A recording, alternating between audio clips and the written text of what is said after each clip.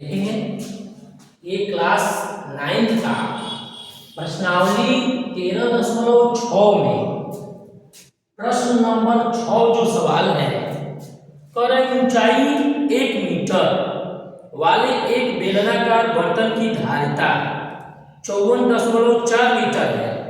इसको बनाने के लिए कितने वर्ग मीटर धातु की शीट की आवश्यकता होगी? तो धारिता दिया है 15.4 मीटर, ऊंचाई दिया है। तो बेलनाकार बर्तन लिखेंगे, बेलनाकार बर्तन की ऊंचाई h बराबर 1 मीटर और उस बर्तन की धारिता दिया हुआ है। बर्तन की धारिता कितना दिया हुआ है? यहाँ पर बर्तन की धारिता तो वह कह रहा है कि 15.4 लीटर है।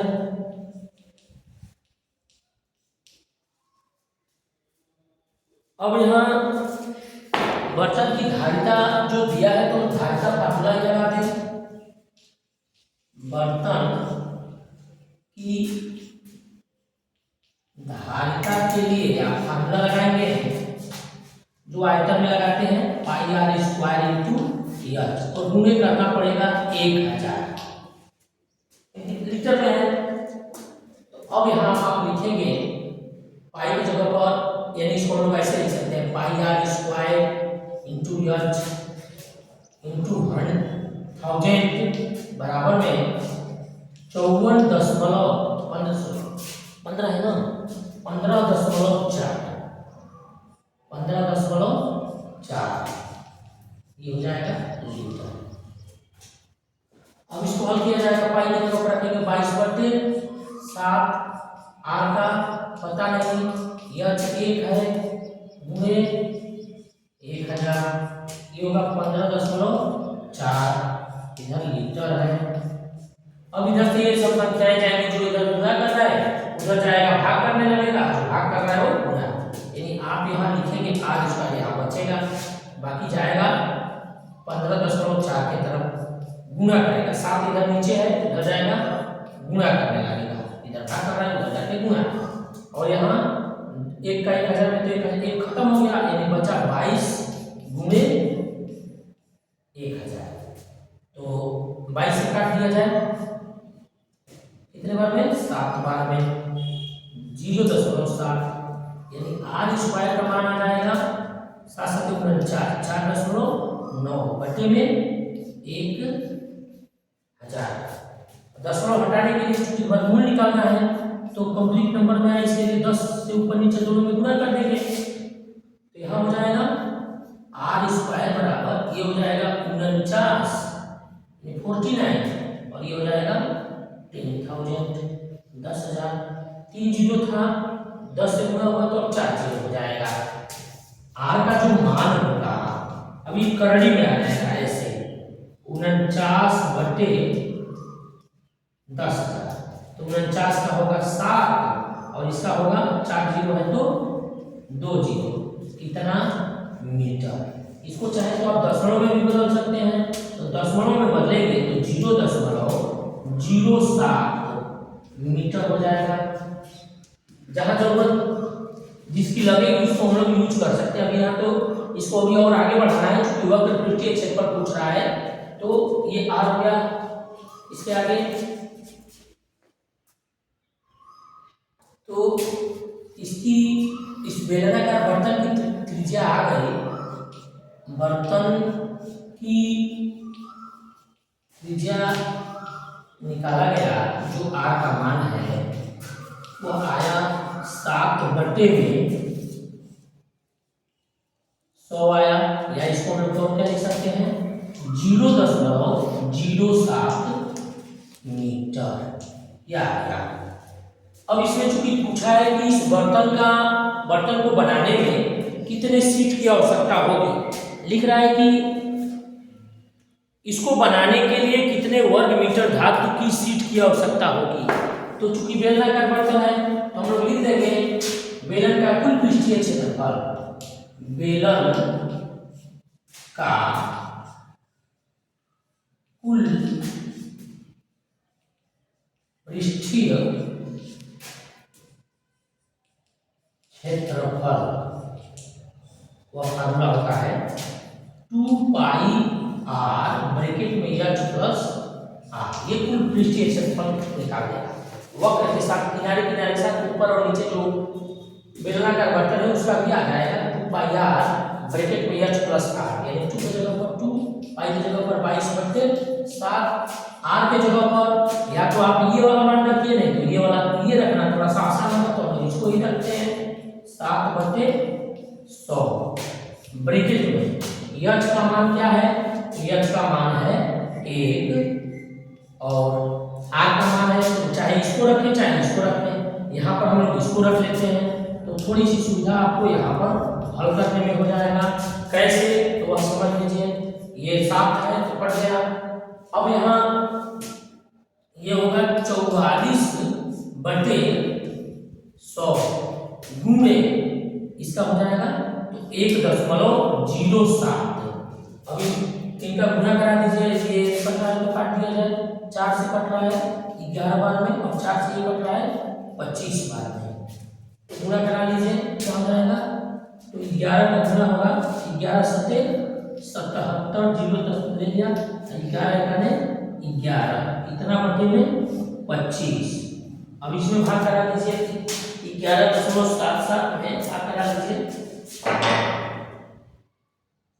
11.77 में भाग करा दीजिए भगे 25, तो आ जाएगा 0.4708, 0.4708 इसको हम लोग यहाँ से देख सकते हैं। ये वक्र निकालना है तो ये होगा वर्ग मीटर। इसको आप चाहे तो भाग करके यहाँ देख सकते हैं, हो जाएगा 13.6 का 7वां क्वेश्चन है। पर शीशे की एक पेंसिल लकड़ी के एक बेलन के अभ्यंतर में ग्रेफाइट से बने ठोस बेलन को डालकर बनाई गई है। पेंसिल का व्यास 7 मिलीमीटर है, ग्रेफाइट का व्यास 1 मिलीमीटर है। यदि पेंसिल की लंबाई 14 सेंटीमीटर है तो लकड़ी का आयतन और ग्रेफाइट का आयतन ज्ञात कीजिए। तो यहां देखेंगे लिख रहा है कि पेंसिल का जो व्यास है, पेंसिल का व्यास जो दिया है आपको वह है इतना। तो कह रहा है कि पेंसिल का जो व्यास है वह 7 मिलीमीटर है, 7 मिलीमीटर है। अगर इसको हम लोग सेंटीमीटर में बदलते हैं तो ये हो जाएगा सेंटीमीटर, यानी 10 से भाग काटेंगे तो 0.7 सेंटीमीटर हो जाएगा। और क्या दे रहा है? अब ये तो व्यास हो गया, तो इसकी त्रिज्या क्या हो जाएगी? तो त्रिज्या बराबर आप लिखते हैं व्यास बटे 2, यानी 0.7/2 सेंटीमीटर। ये पेंसिल की त्रिज्या हो गई। अब पेंसिल में एक ग्रेफाइट जो उसमें लगा है उसका व्यास दे रहा है। ग्रेफाइट का व्यास है, ग्रेफाइट का व्यास कितना लिया हुआ? ग्रेफाइट का व्यास होता है कि 1 मिलीमीटर है। 1 मिलीमीटर मतलब कि आप इसमें 10 से भाग करेंगे तो 0.1 हो जाएगा सेंटीमीटर। इसकी त्रिज्या क्या हो जाएगी ग्रेफाइट की? तो त्रिज्या बराबर फिर वही लिखेंगे व्यास बटे 2, यानी कि 0.1/2 सेंटीमीटर। अब क्या होगा? तो पेंसिल की लंबाई कह रहा है कि वो जो पेंसिल है उसकी लंबाई, तो पेंसिल की लंबाई उसी बराबर ग्रेफाइट भी है और दोनों आ जाएगा पेंसिल की लंबाई। वह कह रहा है कि वह है 14 सेंटीमीटर, 14 सेंटीमीटर। चूंकि ये सेंटीमीटर में था इसलिए पेंसिल के व्यास को और ग्रेफाइट के व्यास को दोनों को सेंटीमीटर में बदल दिया गया। अब इसमें कह रहा है कि लकड़ी का आयतन और ग्रेफाइट का आयतन, तो एक बार आप पूरा पेंसिल का आयतन निकाल दीजिए और एक बार ग्रेफाइट का आयतन निकाल दीजिए। पेंसिल के आयतन में से ग्रेफाइट के आयतन को जब जैसे पेंसिल में से आप नेल को खींच लेते ग्रेफाइट को तो लकड़ी बच जाता है, तो वह काम किया जाएगा। एक बार इसमें हम लोग लिखेंगे पेंसिल का आयतन, पेंसिल का आयतन। अब इसमें लकड़ी का भी निकलेगा और ग्रेफाइट का भी निकलेगा, दोनों का रहेगा। फिर पेंसिल के आयतन से ग्रेफाइट हटा देंगे तो लकड़ी बच जाएगा। पेंसिल का आयतन, ये पेंसिल किस तरह से है तो गोल है और बेलन के जैसे है, यानी बेलन के आयतन में जो आप करते हैं तो क्या करते हैं pi are square into H करते हैं। यहाँ लाइए पाई का मान 22/7, आर का मान जो पेंसिल का दिया है पेंसिल ये वाला रहेगा, तो वह होगा 0.7/2 गुणे 0.7/2 और एच में ये जो लंबाई दिया है 14 ये लिखेंगे। तो 2 से कट जाएगा 11 बार में, 7 से कट जाएगा 2 बार में और 2 से 2 कट गया, बचा क्या तो यहाँ 11 बचा, यहाँ 0.7 बचा और यहाँ 0.7 बचा। इसको हम लोग लिख देंगे 11 गुणे 0.7 गुणे 0.7। अब गुणा कराएंगे 7 7 49 यानी 0.49। या आगे इसमें 11 से गुणा करा लीजिए, ये हो जाएगा 9 4, ये हो जाएगा 9 4, जोड़ दीजिए 9 9 4 13 4 5 2 10, ये हो जाएगा 5.39। और क्या निकाला है हम लोग आयतन, यानी कि इसको लिखेंगे घन सेंटीमीटर।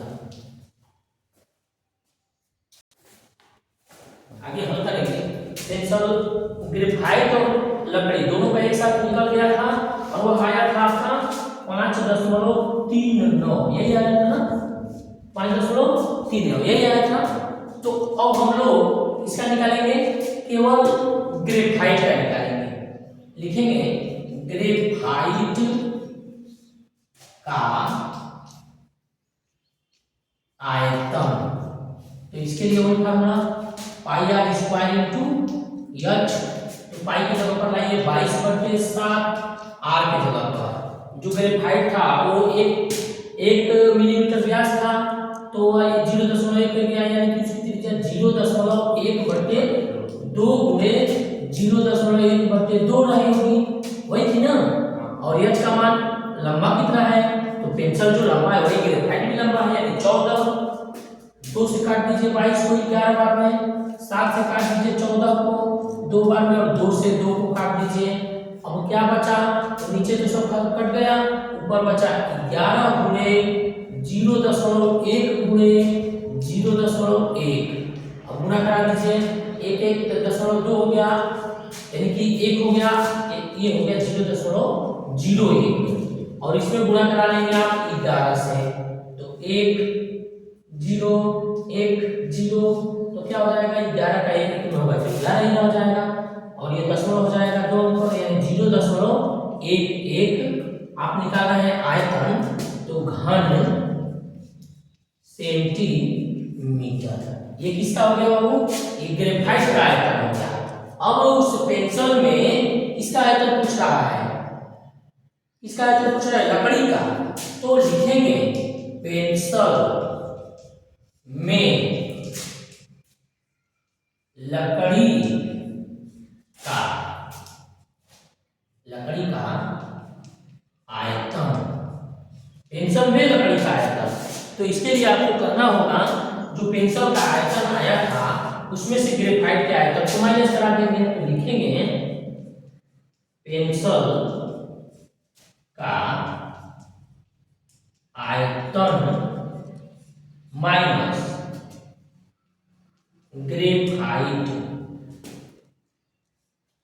ग्रेफाइट का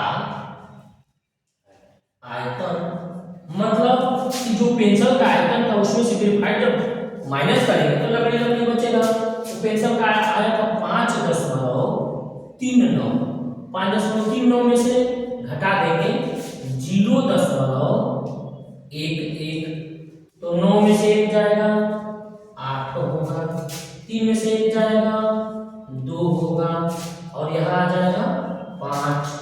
आयतन लगाना है तो आप लिखेंगे घन सेंटीमीटर, घन सेंटीमीटर।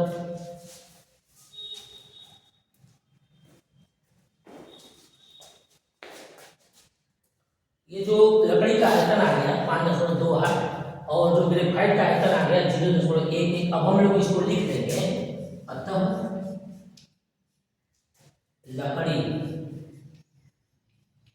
लकड़ी का आयतन बराबर 5.28 घन सेंटीमीटर तथा ग्रेफाइट